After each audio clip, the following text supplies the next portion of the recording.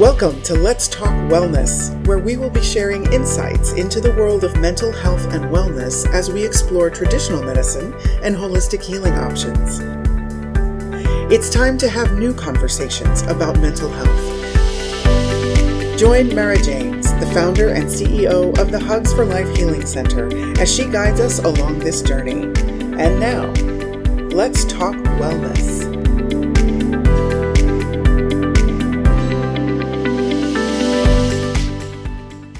Welcome to Let's Talk Wellness. I'm your host, Mara James, and I want to say thank you for joining us for today's conversation.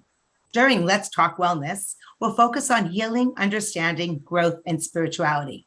This is part of the Hugs for Life Healing Center, a subsidiary of the nonprofit organization called Extraordinary Lives Foundation, where we are devoted to supporting mental health awareness and providing resources for children and their families. As the founder of these organizations, I have the great joy of collaborating with a team of amazing people to help bring healing to children and their families around the world. You can find out all of our information at elfempowers.org, and you can find this link in the show information. Now, let's talk wellness with today's guest, Lexi James. Lexi James, otherwise known as Lexi, is an intuitive life coach and energy healer. Oh, and she happens to be my daughter. Welcome, Lexi. Hi, Mom. Great to see you here today. Thanks for having me. Thanks for being here.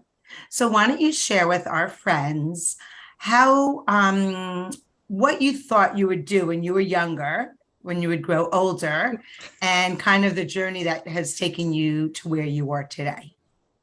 Well, when I was in 5th grade, it was my last year of elementary school. And I remember the whole family still talks about this, they had us write down what our plans for the future would be. And I wrote down that I wanted to go to UCLA on a full ride scholarship as a softball pitcher and then become a famous actress. And that's what I planned to do for a very long time. Of course, I went through the phases of lawyer and magician and all the wonderful things. But as I slowly got older, I played a lot of softball, so I thought maybe I would do that. And then I really loved performing, so I thought that I would do that. And then eventually I was just like, I have no idea what I wanted to do with my life. And eventually, as I graduated high school, I thought that I would do something in the wellness industry, physical therapy, maybe chiropractics. But it ended up being that school was not my cup of tea, and it wasn't something that was on my divine path. And I came around to figuring out that I was born to be a healer. And I started my practice just a little over a few months ago. And it's been the craziest ride. I seriously would have never guessed that this is what I would be doing. And it still blows my mind every time I get introduced as a healer, or I say that I'm a healer as my profession. It's truly the most incredible gift that I could have ever asked for in my entire life.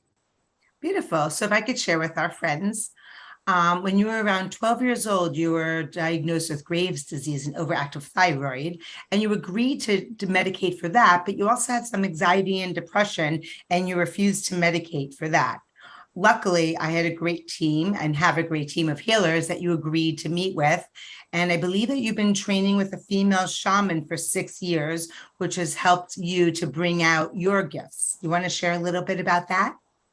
Yeah, absolutely. So as most young kids in my generation, struggled with anxiety, with generalized anxiety, social anxiety, a little bit of seasonal depression, a lot of OCD, and I did get diagnosed with Graves' disease, which made everything worse, especially my anxiety. And I knew that the Graves' disease was something that I got to medicate because that was a very physical, tangible illness that had a medication that was specifically for it that I knew would regulate my body, because it did make it it was a very debilitating time of my life where it was hard for me to go out and do anything without getting completely winded. And so I knew that was something that I was supposed to medicate, and I knew that in my heart. But my mental challenges were something that I really struggled with the idea of medicating. I think there was a portion of me that thought that I was faking it and I didn't really have a lot of anxiety, and I just thought that, everybody got worried about everything and no one liked going out with people and being around large groups and things like that. But slowly, as I started seeing healers, I noticed that I did experience a lot of anxiety. And I think the one thing that really showed that to me was these healers that I was working with lived such calm and peaceful lives. And yes, they were older than me, but it was still, when you see, because I was always surrounded by kids my age who pretty much all had anxiety. So it was just kind of the normal state that I was in. So I didn't think that anything was wrong. But then when you see somebody who lives this easy, peaceful, beautiful life, it really opened up my eyes that the way that I was living was basically in a constant state of fight or flight. And that's just wasn't the way that I really wanted to live. And now that I could see that it's possible through alternative healing to get to a state where you could feel peaceful and not anxious about everything, I knew that was just the way that I wanted to go. And I started seeing, I believe the first time I saw a healer, and Mom, you can correct me if I get this wrong. I saw a Reiki master when I was either 12 or 14. And then I slowly started to see a few other healers. And then I met with a master shaman who I really just clicked with, and I just never wanted to stop seeing her, because the way that she was able to just see me for who I was and really see that there was something in me that was really passionate and powerful and wanted to help the world. The way that she was able to bring that out and help me heal all the things that got in the way and hindered my path to becoming a healer, I just wanted to be around her all the time. So she actually became my guru and has become my spiritual teacher. And I have been training with her since I was 16. So what is that? That's about 5 years of really incredible spiritual training about consciousness and energy work and transmutation and all this just truly transformational energy healing that I have been trained in since I was 16. And what I find so amazing is that, I obviously had my own challenges around 8 years ago, and I've been healed with several of these healers. And at first, I don't think you were so open to that, but you kind of went with the flow because talk therapy was not for you. And starting with that Reiki healer, she was able to talk to you from an intuitive state, which was so beautiful. But what I find so fascinating is what you shared with me the other day, and I'd love for you to share with our friends about how you see energy and traumas in the body, the spheres and circles, or would you mind elaborating on that? Yeah, totally. So it's different for everybody. Everybody holds energy differently in different ways and in different parts of their auric field. So the way that I'm able to tap into somebody's energetic field is in the 7 layers of the aura, and each layer shows up differently.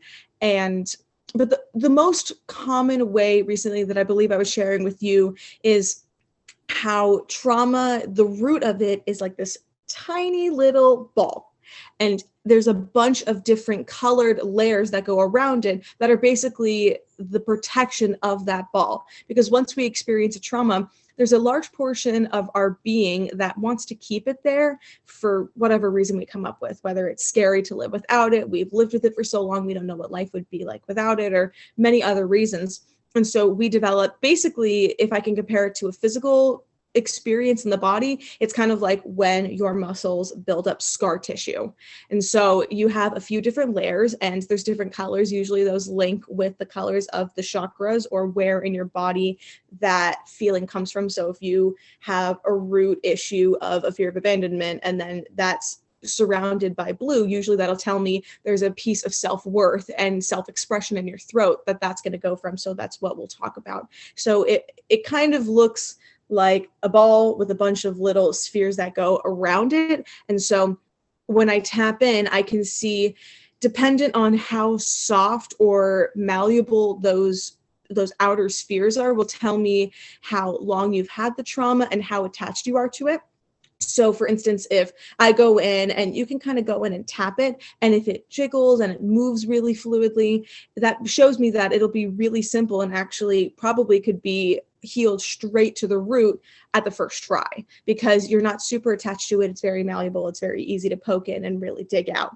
But a lot of the times those spheres are very they kind of feel like steel. They're very difficult to poke into. So we get to go layer by layer. And really, that is a conversation that I get to have with the client to see how open they are to healing this particular issue. And sometimes even just through a simple 30-minute conversation about this particular issue, at the end of the conversation, they've become so comfortable and safe with the idea of shifting out of this trauma that that's how we can get to it through the body work. So even if it does start out really, really heavy and hard to get through, it can be softened through conversation. So that's one of the ways that I'm able to see energy. And I also like to use the meridian points of Chinese medicine, and a lot of those meridian points, that's kind of how I'll see it in the body. So we have different points in there's points everywhere throughout our body, but similarly to how acupuncturists will poke a needle into different meridian points to bring through the flow,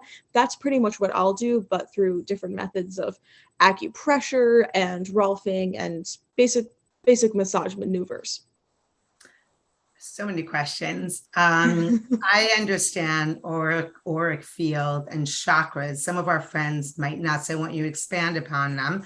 But my first question is, you say that you touch these energy fields to see if they're, malleable or hard. How do you actually touch them physically? When I'm able to tap into your energetic field, it's sometimes kind of hard to explain because it's not something it's not a very physical experience. It's sort of behind the veil of the energetic field. So you can go in, and as I scan through the body, I'm able to energetically go in and basically put my hands and feel how strong or how malleable that spot is. That's kind of the best way that I could describe it. It's such an energetic experience. Sometimes it's hard to put it into tangible words. Okay, gotcha. Wow.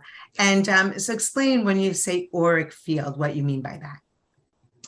The auric field are basically the layers of your being. So there's 7 different layers that match similarly to how there's 7 different chakras in the body. And each layer of the field holds different sorts of traumas and frequencies of the body. And so the deeper you get, the more high vibrational they become. And the 7th layer is basically a completely golden crystalline structure of your being. It's basically the most divine level of your consciousness that we can get on this physical plane. And the first layer kind of looks like a gray and black, kind of like static. And so that's usually the layer that I'll look in, because that is a very simple layer to go in and scan the body, because it's very easy to tell where there are disturbances in the frequencies of your body. It'll either show up in those different spheres that I was talking about, or it'll show up where the frequencies are just going a completely opposite direction. I mean, if the body is moving like this and it goes like this, you could tell if there's something that gets to be shifted.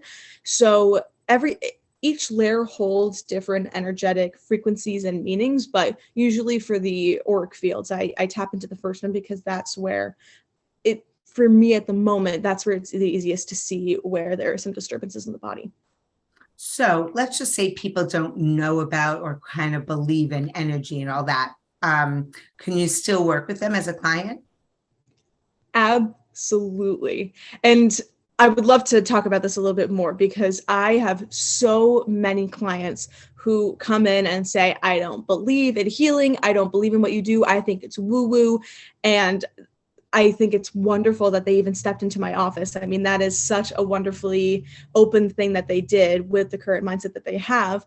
But I have found that talking about healing and what I do is very tangible because of the way that I perform healing practices, because my energy work is based in the frequencies of the body. And that is a basic principle of physics, that everything is energy. Everything has a vibrational frequency. Everything has a wavelength. That's how we're able to see things. That's how we're able to feel things. That's how energy moves. And so what I say is, I am able to go in and see where the vibrational disturbances are in your body, and we're able to balance everything so that your whole body is working where it functions its best. And then we're able to take out all of the things that aren't serving you and all of the frequencies that aren't functioning at their highest state. And there is a fabulous book called The Molecules of Emotion, which basically describes how there are neurotransmitters in the brain. That's how messages get sent through. That's how the brain functions. But there are also neurotransmitters that go from the brain throughout the rest of our body and is located in all of our tissues, our muscles, and everything. And that is how we experience physical ailments. Is it starts in the brain because that's where the neurotransmitters are connecting. And if you experience a trigger or a trauma or some sort of emotional distress, it's going to go through the body and it's going to find the place that portion of your brain connects to, and it's going to flare up and it's going to have some sort of vibrational disturbance.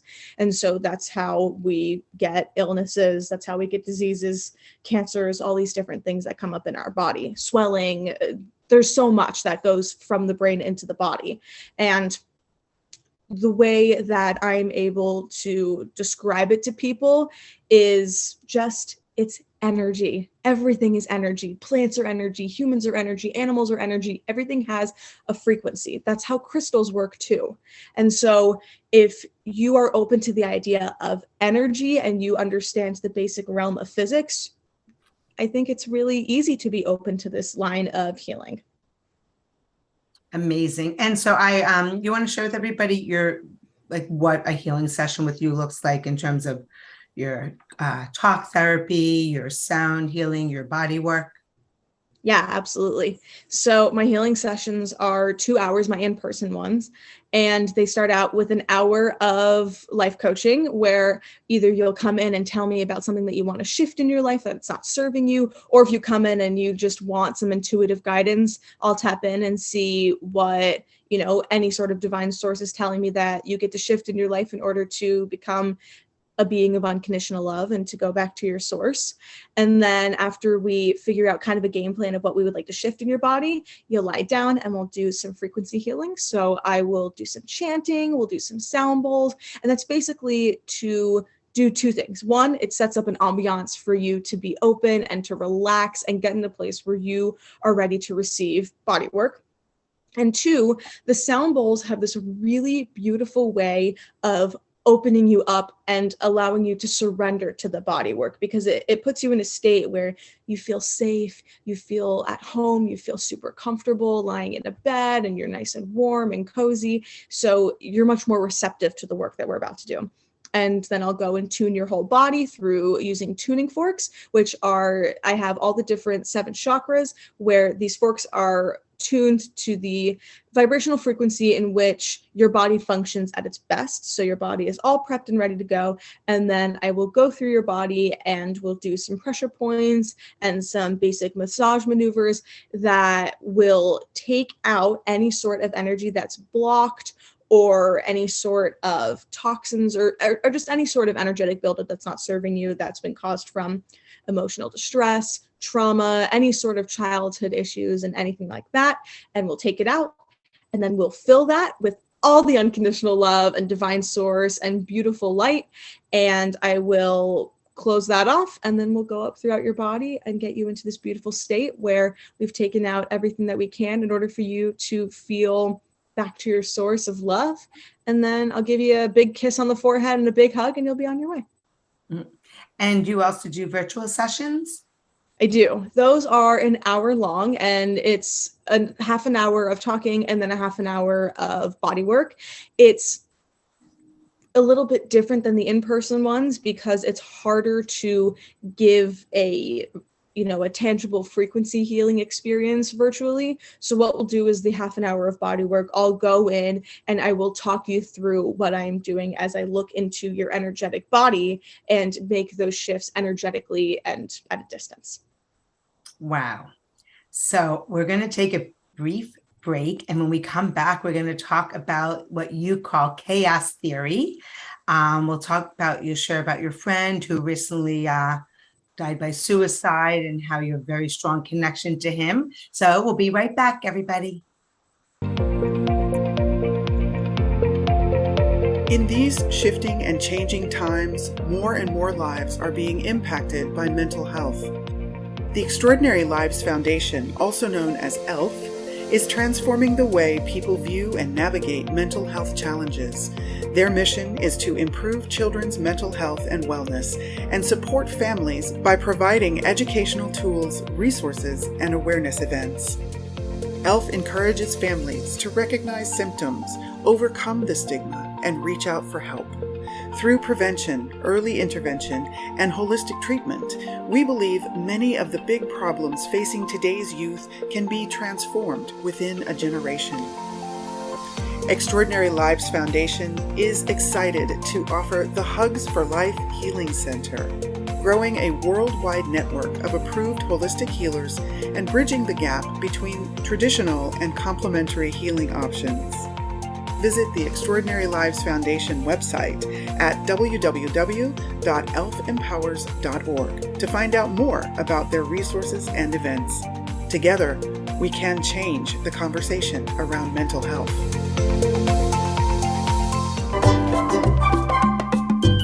We hope that you're enjoying today's Let's Talk Wellness podcast. And if you have a topic that you would like us to explore, we would love to hear from you. Simply email us at info@elfempowers.org. That's info@elfempowers.org. And now, back to the show. Welcome back to Let's Talk Wellness. I'm your host, Mara James, and today we're speaking with Lexi James, an intuitive life coach, energy healer, and my daughter. Welcome back, Lexi. Thank you, Mom. So one of my favorite things that you have taught me is about something that you refer to as chaos theory. Can you share with us what that means? Yes. So throughout different portions of a healer's life, we have different things that come to us that, you know, when we see different clients and we have different people that come to us, we just intuitively get that we get to share. And there has been one thing that came through about 2 months ago that after the first time I said it, I haven't been able to stop saying it to every one of my clients because it's been resonating with everybody. And it's what I currently call the unconscious chaos theory. So when I worked with a hypnotherapist, it was shared with me that from the ages of 1 to 7, you are basically in a constant state of hypnosis. And everything that you are told and everything that you experience, you take into yourself, which makes sense because at that age, you're just welcome into this world. I mean, we're born, we can't even lift our own heads. I mean, we really depend on other people to support us, to give us life, and to tell us who we are and how to live in this world and become independent so that we could survive. But we really depend on other people to give us life. So from the ages of 1 to 7, we're not only in that state of hypnosis trying to figure out who we are, but the only thing that really matters to us is survival.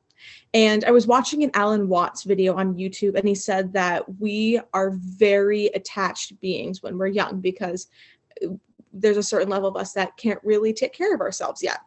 And so for pretty much the rest of our lives, we refer back to the ages of 1 to 7 in order to remind us how to survive. So from those years, we will recall, you know, when we were taught how to eat, when we were taught how to move our bodies, how we think about ourselves, what we think about the world. And that is how our subconscious collects all this information to lead us through the rest of our lives. And what I've noticed with a lot of people is that from literally day one, they were born into a life of chaos, whether it's their parents both have a lot of trauma that they push onto everybody else and themselves, or they are born into a family that truly does not like the way that they look and they're constantly doing, you know, unhealthy things to themselves and others, whether they're being abandoned by their parents or they don't have present siblings, or literally whatever it is, there is some sort of chaos in your life. And when you're young, there's not really a whole lot that you could do about it because you're dependent on all these different beings around you to keep you alive. And so for the rest of your life, you're going to try and unconsciously recreate all of these situations. And that's how we build different addictions to things, because we're all addicted to something in a certain nature. There are bad addictions when it comes to, sex, drugs, rock and roll. And then there are other things like we're addicted to love and people, and we're addicted to talking and sharing information, and we're addicted to exercise or whatever we choose as our everyday attachment. And so a lot of the times it's when we're older, we are more than capable of taking care of ourselves. We build abundance of money that we can purchase all these different things to nourish our body. We can move our bodies. We can buy clothes. We know how to take care of ourselves. But there is that unconscious, basically, you're stuck in the state of fight or flight, knowing that you need to have those things that you had from the ages of 1 to 7 in order to survive. So if you had, for instance, a narcissistic father when you were a kid, and that father was one of your caretakers and somebody that you experienced pretty often, and it was somebody that helped give you life and took care of you, you are going to manifest other sort of narcissists. You're going to find it in a partner. You're going to find it in friends. You're going to find it in yourself. You're going to find a way to basically recreate that energy that you had before, because there's a portion of your brain, and this is going to sound intense, but it's absolutely correct, that if you do not have a narcissist in your life, you will die. Because if you didn't have that person when you were a kid, you wouldn't be alive. You wouldn't have had somebody there to feed you, give you life, give you water, give you shelter, give you love. I mean, the most basic human emotion that we need, the most basic human need is love. That's the first thing that we need in the first hour of life. If we don't touch another human being and don't feel love in the first hour of life, we'll drop dead. That's just a thing that happens because it is the most basic need of the human being. So we receive love in different ways. We'll receive it by nourishment, by, just any way of attachment and survival. So if somebody else who's experiencing, we have the narcissist, if somebody else was experiencing chaos in their life where they're constantly purging all of their trauma onto you, but they still give you love, you are going to recreate and find somebody who is going to treat you that exact same way, even if it's not a nice way. You'll recreate that in your life because that is the person who kept you alive. If you don't have that, you have this experience that you may die.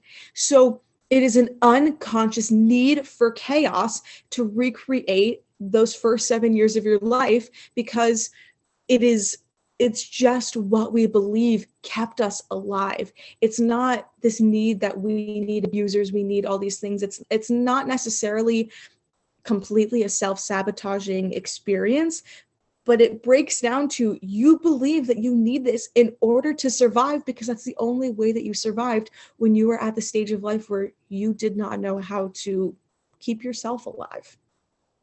Wow. And what happens? So how does one actually break out of this? Well, there's a few different methods. It depends on what you are attached to when you were a kid and how deep in your life you truly are and how long you've lived with this sort of chaos. So the first step, and this is the first step of almost any sort of healing, is acknowledging that this is happening in your life, that you have manifested all of these different things in order to keep you alive, because that's what happened in your childhood. But the most important thing to acknowledge after you take accountability for the fact that you created all of this chaos in your life is understanding that what we needed when we were at the ages of 1 to 7 is not what we need anymore in order to survive. We needed those things at the moment because we needed those people to keep us alive. We need people to hold us. We need people to feed us, love us, because you can't get a job when you're 4 years old. You can't supply for yourself. You need people who know how to take care of themselves to take care of you. But you get to acknowledge that you don't need any of that anymore. All you need is to trust yourself that you know exactly what to do in order to keep you alive. Because as human beings, we really don't need that much. We need some love. We need some food. We need whatever we think we need. We get to nourish ourselves. We get to nourish the world. For me, something that I absolutely need is to feel passion all the time.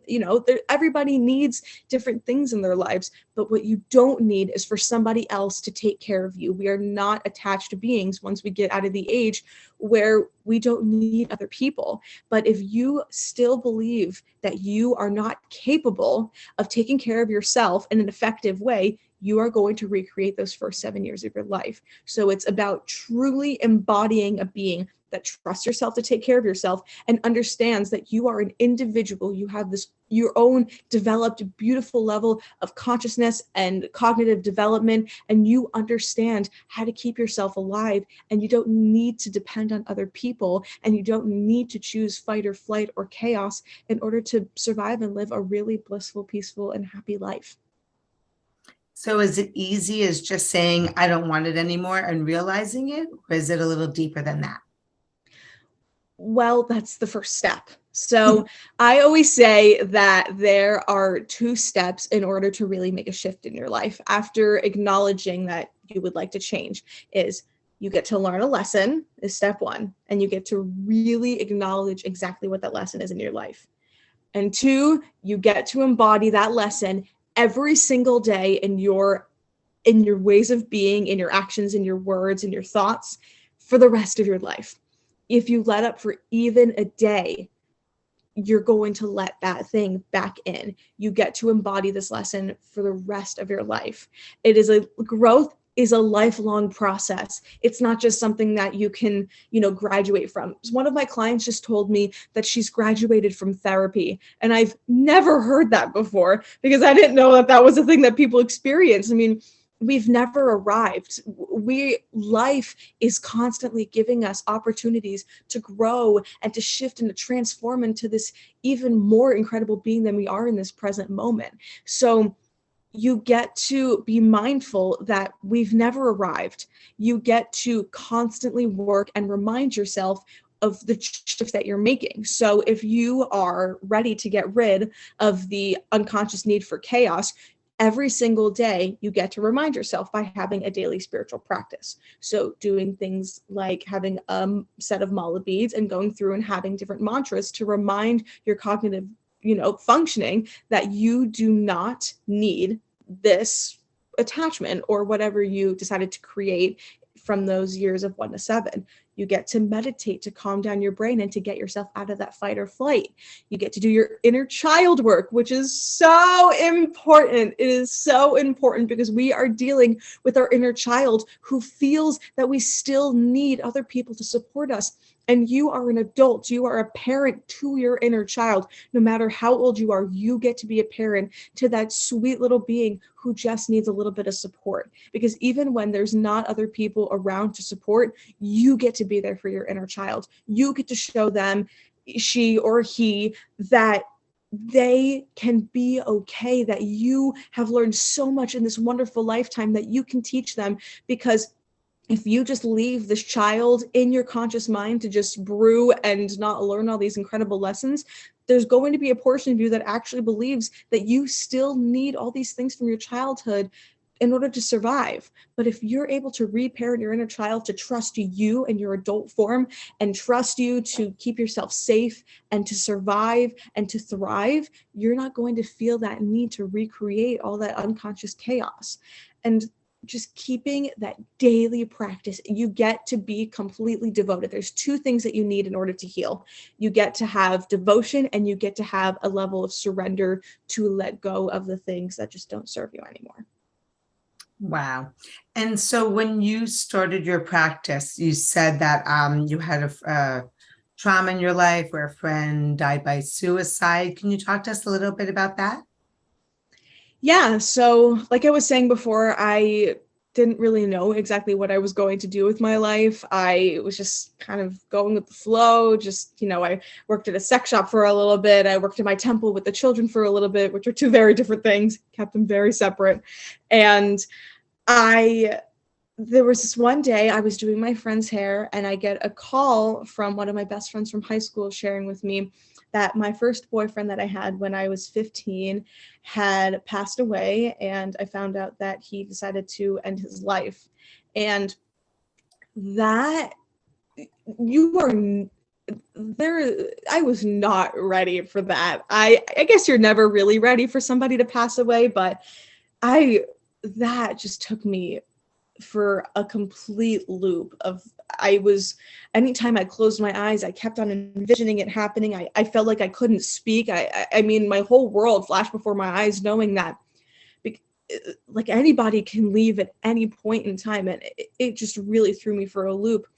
But what was really beautiful about it was I had an experience where I was sitting in my car with one of my other really good friends from high school, and I was just doing some breathing. I was trying to calm myself down because it had already been a full day since I figured it out, and I was really scared. I didn't know what to do. I just, nothing felt real.